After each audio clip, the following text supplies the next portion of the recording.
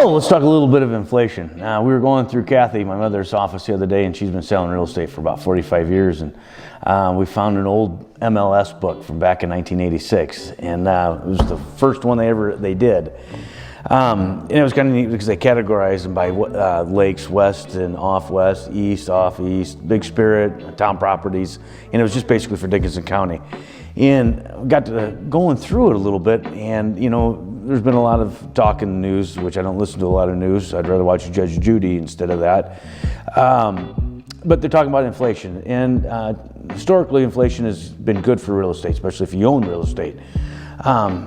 It was just kind of fun to go through this, and I opened up to the first page of where Westlake starts, and the highest priced property on West at the time was $295,000. I thought it'd be kind of fun to go back and see if we could find that home, but that home's been tore down, and there's something new and bigger and better on it. And I had to go through a couple pages to find a home that was still there even to this day. They listed this home in 1986, and they ended up selling it in 1987. But they had it listed for $225,000, and this is down on the south end of Westlake, kind of Jones Beach area. They ended up selling it for around $178,000, I do believe. $178,000 is what they sold this for. It's 50-foot lakeshore, blah, blah. So we went onto the Dickinson County assessor's page to see what the assessed value is on it. And it's assessed at $1,178,600, which is kind of crazy because you could certainly get that probably 10 to 15% more than that in today's market, maybe even more, because it's crazy. And the other thing is, looking at this book, dude, we had a lot of listings back then. I wish we had this many today.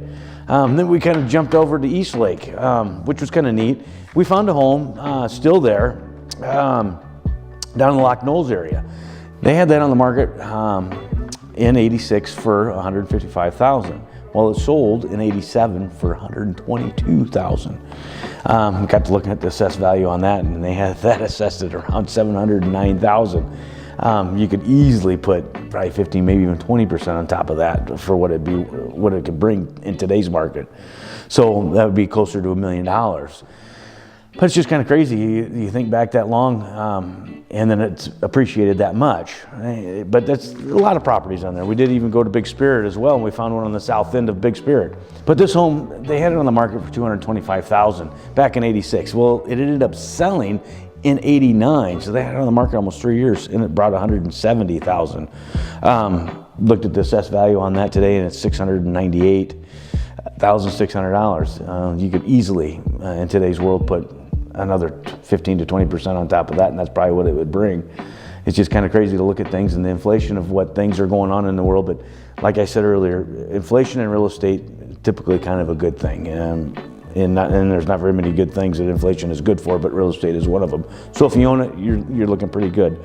Getting back to this book, we had these books in real estate, and I got my license in '96, and we were still using them all the way up to about 2005. And you got them about every 2 to 2.5 weeks, and it was like, wow, Christmas every 2 to 2.5 weeks, because everybody always needed one of these. And before this, you had to print them off from our MLS, go up there and print them off, and do these great big 3-ring binders, pain in the butt. Or if you just happen to be driving around and you saw a for sale sign on a property that you didn't know about, as a real estate agent, you have to call that agent and find out what the deal is. And a lot of times they're already sold too.